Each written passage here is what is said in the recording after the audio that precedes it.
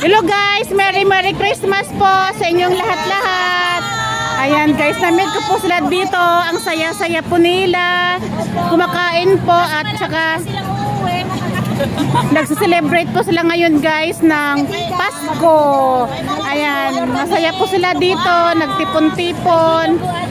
Ayan, ang ating mga OFW po guys, ang ating mga kababayan dito po sa Hong Kong.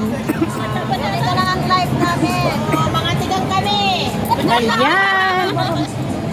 Masaya po sila, nagsama-sama po dito guys. Ayan. Ang ating mga OFW po dito sa Hong Kong. Ayan sila po. Merry Christmas po sa inyong lahat-lahat. Masaya po ako na nakilala ko po kayo. Maraming salamat.